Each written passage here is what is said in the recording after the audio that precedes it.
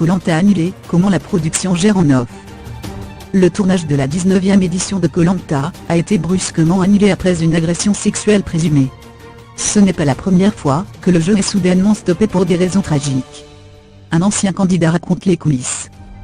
Alors que l'édition All-Star Koh-Lanta, le combat des héros est en ce moment même diffusé sur TF1, le tournage de la prochaine saison du jeu d'aventure avait déjà débuté.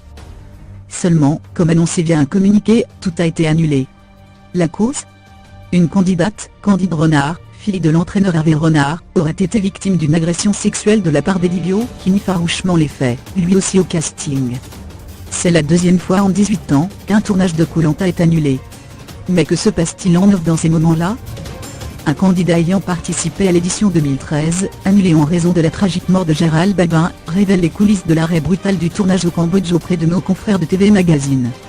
Le jeu s'était arrêté de manière brusque, et nous avions été réunis dans l'hôtel où se trouve toute l'équipe de production, explique-t-il. À ce moment-là, les participants avaient été informés que leur famille était prévenue de la situation, et qu'un communiqué avait été transmis à la presse. On nous avait confié des téléphones portables pour appeler nos proches, et les prévenir de notre retour en France, poursuit-il. Les candidats reçus en grand pompe par TF1.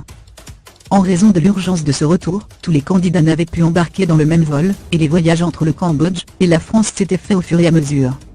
À notre arrivée, nous avons dû rester dans l'avion pour ne pas sortir en même temps que tous les passagers pour éviter l'éventuelle présence de la presse, raconte alors cet ex-aventurier anonyme.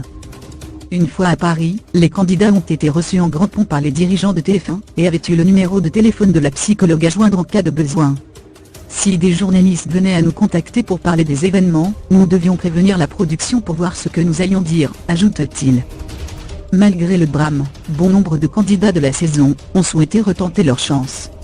On nous avait fait la promesse que nous serions repris dès la saison suivante, que nous serions prioritaires, et que c'était tout à fait normal, précise l'aventurier. Mais finalement, l'année suivante, on a juste eu le droit de repasser le casting en figurant parmi les 50 dernières personnes retenues tout en étant assuré d'être prioritaire.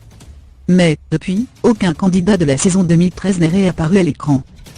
Après le casting, on nous avait rappelé en nous disant « Tu te doutes bien, on ne peut pas vous reprendre », raconte l'anonyme. Et on nous dit qu'il faut vraiment qu'on tire un trait définitif sur Koh-Lanta.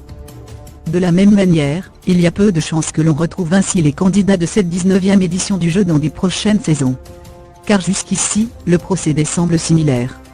Candide Renard et Eddy ont regagné la France, chacun à bord d'un vol différent, tandis que les autres participants devraient suivre. Si la jeune femme ne s'est pas encore exprimée, son père, entraîneur de l'équipe nationale du Maroc, a indiqué à nos confrères du Parisien qu'une procédure judiciaire serait lancée. Candice Renard est rentrée hier en début d'après-midi, via Los Angeles, et elle a immédiatement porté plainte. Eddy a ainsi été placé en garde à vue dès son arrivée sur le sol français, à sa descente de l'avion.